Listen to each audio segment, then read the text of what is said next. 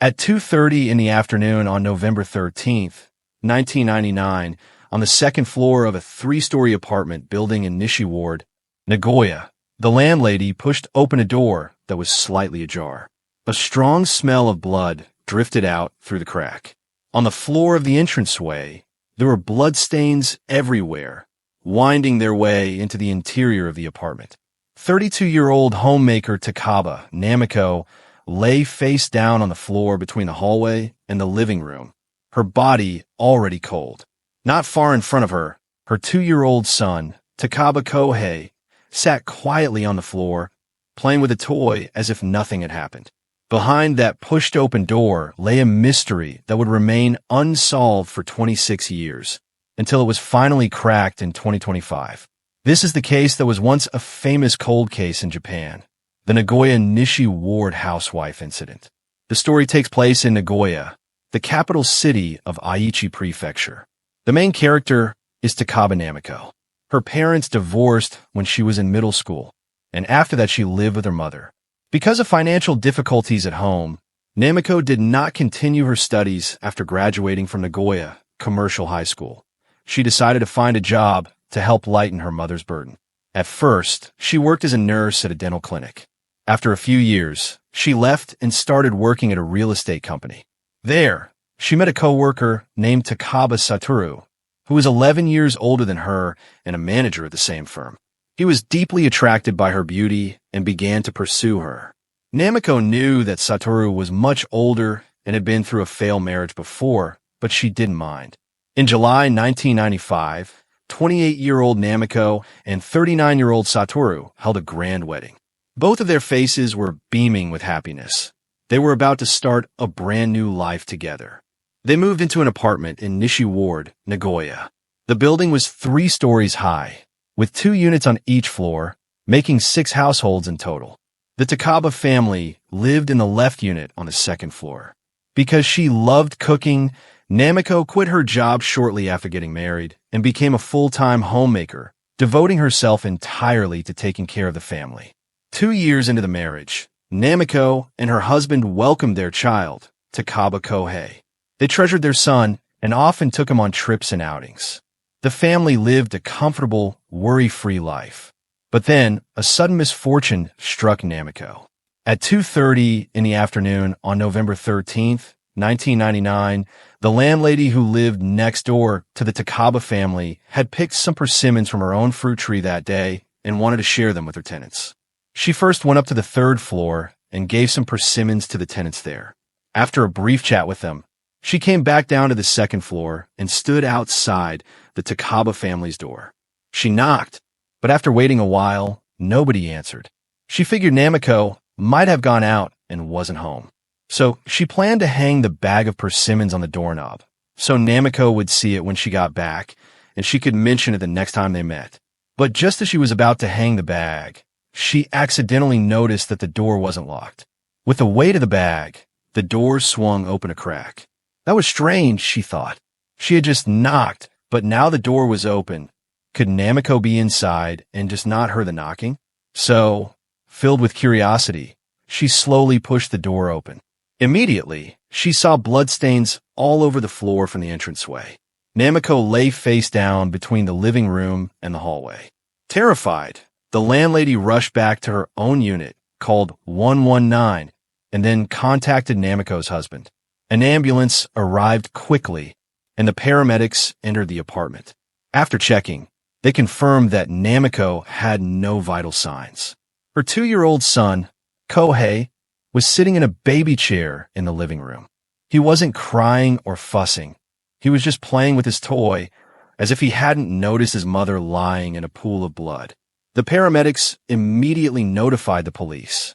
The Nagoya police arrived at the scene without delay, cordoned off the entire building, and began their investigation. The victim, Takaba Namiko, was 32 years old and wearing jeans. Her clothes were intact. The fatal wound was a cut on her neck, caused by a sharp object. When the police arrived, the apartment was in complete disarray, with blood splattered on the walls and floors. On the floor of the entranceway, there were messy bloodstains with visible shoe prints and drops of blood mixed in. Blood was also found on the wash basin in the bathroom. Outside the front door and on the apartment stairs, there were scattered bloodstains as well. Tests showed that the blood at the entrance, on the wash basin, and on the stairs did not belong to Namiko. It was most likely left by the killer. From the scene, the police deduced that the killer had a violent struggle with Namiko inside the house, and then Namiko was killed. During that struggle, the killer was also injured. The killer then went to the bathroom, turned on the tap, and washed off the blood. After that, the killer went back to the entranceway and tried to check through the peephole to see if anyone was outside.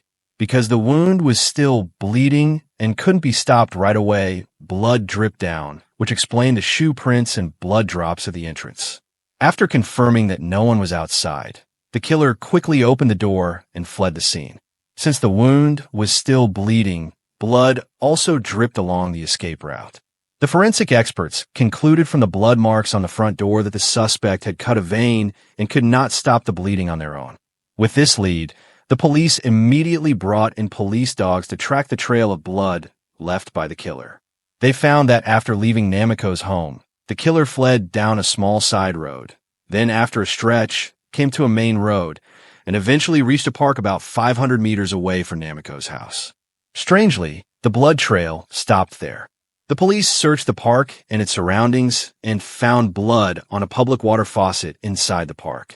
That blood matched the drops along the way. This indicated that the killer had walked all the way to the park's sink, washed the wound there, and then somehow managed to temporarily stop the bleeding. At that point, the police lost the trail. For the police, although the suspect disappeared after reaching the park, that person had walked several hundred meters alone from Namiko's home to the park, bleeding all the while. Surely someone along the way must have seen them. If they could pin down the time of Namiko's death and interview people who were on that escape route during that time, they might get some clues. So the police began investigating Namiko's movements that day. They first spoke with her husband, Takaba Satoru. He told them that although it was a weekend, he still had some work to do at the office, so Namiko had gotten up early to make a breakfast. Because their son Kohei had been sick for a few days, during breakfast, Namiko mentioned that she planned to return some borrowed library books that day and then take their son to a children's clinic. At 9 o'clock in the morning, Satoru left for work. According to the investigation, Satoru had a very good relationship with his wife and had no motive. Moreover, he was indeed at the company on the day of the incident, and several colleagues could vouch for him, so he was ruled out as a suspect. Investigators found a delivery notice slip outside Namiko's front door. The deliverman who left it said that at 9:30 that morning, he came to the door and knocked. When no one answered, he left the slip and went away. Namiko was a member of a local mother's friendship group that often held gatherings to discuss parenting tips. On the third floor of the same apartment building, a woman, referred to as Ms. A, who was also in that group and close to Namiko, said that at 9 o'clock that morning, Namiko had called her. Namiko said that her new car had been scratched a few days earlier with minor damage on the side, and that someone would come to repair it that day. She asked Ms. A if she could borrow her husband's car temporarily. For some reason, Ms. A politely declined over the phone. However, more than an hour after that call, at 10:20 in the morning, Ms. A called Namiko's landline, but no one picked up. Another 20 minutes later, at 10:40, she called again, and again no one answered. The police found a consultation record from a children's clinic at Namiko's home, showing an appointment time of 11:10 in the morning. So Namiko had indeed taken her son Kohei to the clinic that day. In addition, the police learned that between 12:30 and 2 p.m., Ms. A from upstairs called Namiko's home 3 more times, but again, no one answered. From all these clues, the police inferred that Namiko's time of death was between 11:40 a.m. and 12:30 p.m. that day. On the living room table, the police found a carton of lactic acid bacteria drink, more than half empty. Strangely, the drink hadn't been consumed with a straw. Someone had bitten off part of the carton and drunk it that way. On the entrance floor, a small amount of the same drink was found, and outside the front door, there was also a puddle of the leftover liquid, as if someone had spit it out there. Namiko's husband, Satoru, said that when he left that morning, there was no such drink in the house, and their family didn't have a habit of drinking that kind of beverage. so the police suspected that the drink might have been brought by the killer. Forensic technicians collected the shoe prints from the entranceway and determined that they came from a pair of Korean-made women's high heels, size 24 centimeters in length. It was a very common style, popular among many saleswomen at the time. So the police suspected that the killer might have been a salesperson selling that lactic acid drink. They theorized that while talking with Namiko, a conflict arose and the person killed her. Investigators traced the brand and batch number of a drink to a food factory in Aichi Prefecture. Notably, this drink wasn't sold in the area near Namiko's home. It could only be bought in the Nishi region, about 30 kilometers away.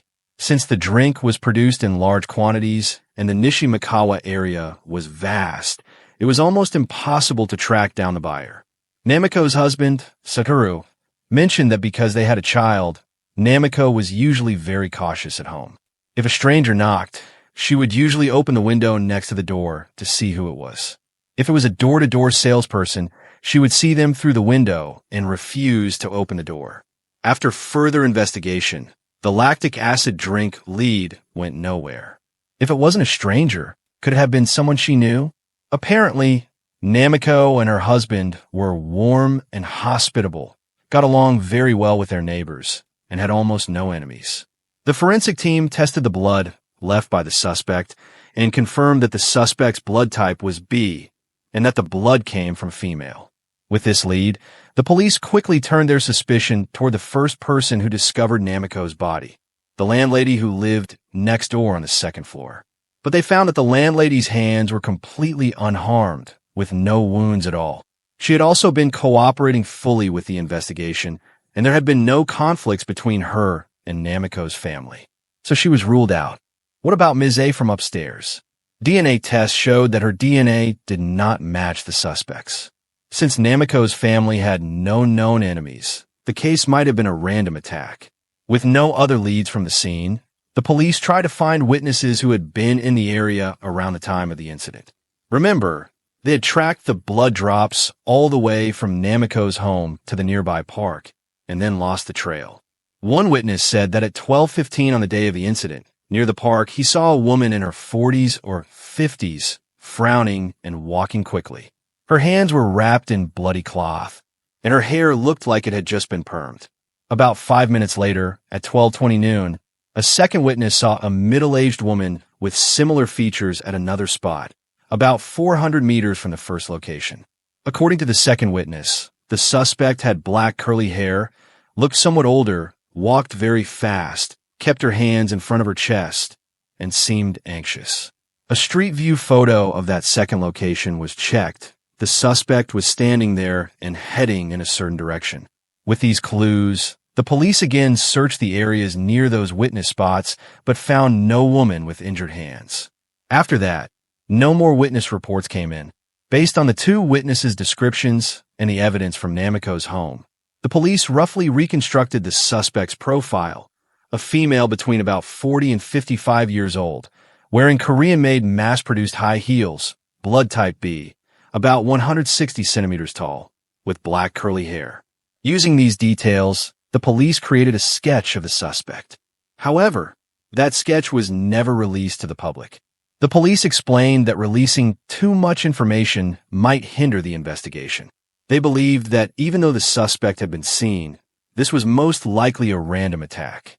They showed the sketch to residents near the scene and conducted multiple rounds of questioning, but nobody reported seeing a woman with those characteristics. In 2001, 2 years after Namiko's death, Kohei, who had witnessed the whole thing, was now 4 years old. One day, he suddenly said to his father, Satoru, "The criminal is a convenience store, Annie." Satoru immediately reported this to the police. Investigators then checked all the convenience stores and supermarkets near their home. But there were so many that the search was extremely difficult, and the lead came from the memory of a 4-year-old, so its credibility was low. In the end, that lead turned up nothing. Over the next 20-plus years, the police continued working on the case, but due to a lack of clues, progress was slow, and it became a cold case. There was a lot of online discussion in Japan about who the killer might be. Here's one of the most likely speculations. Remember that a delivery man had knocked on Namiko's door at 9:30 a.m. but got no answer. And Namiko took her son to the children's clinic at 11:10 a.m. That means between 9:30 and 11:10, she wasn't home. According to her husband, she planned to return library books first, then go to the clinic. But the police found that the books she needed to return were still on the living room table, meaning she never went to the library. Some netizens speculated that Namiko might have left for the clinic right after Satoru left home. But at 9 o'clock in the morning, the clinic would be very crowded, so Namiko might have taken an appointment slip and left with her son, walking to a nearby park or around the neighborhood. During that time, they might have run into the suspect, who was not a local resident, but perhaps had come from the Nishi area. They got into some argument over something and parted on bad terms. Later, Namiko returned home with her son, but the suspect, still holding a grudge, followed her and then came to her door pretending to apologize, bringing some drinks along. Namiko looked through the window, saw that the person was there to apologize, and opened the door. Unexpectedly, the suspect attacked her with a sharp object. Namiko fought back desperately, while her 2-year-old son, Kohei, was right there, but too young to understand what was going on. After committing the crime, the suspect fled quickly. Because her hand was injured, she looked for a water source along the way and finally found a public faucet at the park, washed her wound, and then disappeared. Namiko's husband, Satoru, never gave up on the case. Every year, he would go to the streets of Nagoya to hand out flyers, hoping someone might come forward with information. He kept paying the rent for that apartment every year, totaling over 22 million yen in rent. The room still retains the same traces as on that day. His reason for doing this was to preserve any possible clues, hoping that one day the police would solve the case and bring justice for his wife. On October 30th, 2025, a 69-year-old woman named Yasufuku Kumiko turned herself in at the Aichi Prefectural Police Nishi Station. DNA comparison confirmed that the blood left at the crime scene matched Yasufuku Kumiko's DNA perfectly. The police formally arrested her on October 31st. According to the investigation, Yasufuku Kumiko had attended the same high school as Takaba Satoru, and both were members of the soft tennis club. Back then, she was quiet and introverted, but on Valentine's Day, she gathered her courage and gave Satoru a box of chocolates. No one knew that this unspoken crush would, many years later, turn into a terrifying murderous intent. Police theorized that Yasufuku, upon learning that her former crush was happily married and leading a fulfilling family life, gradually let jealousy and twisted emotions fester. After all those years, she finally chose to destroy that happiness belonging to someone else in the most extreme way. Namiko did nothing wrong, but she became the symbol of my happiness, Yasufuku Kumiko said with a trembling voice during police interrogation. Satoru's 26 years of perseverance finally brought the truth to light, a chilling truth rooted in a decades-old crush.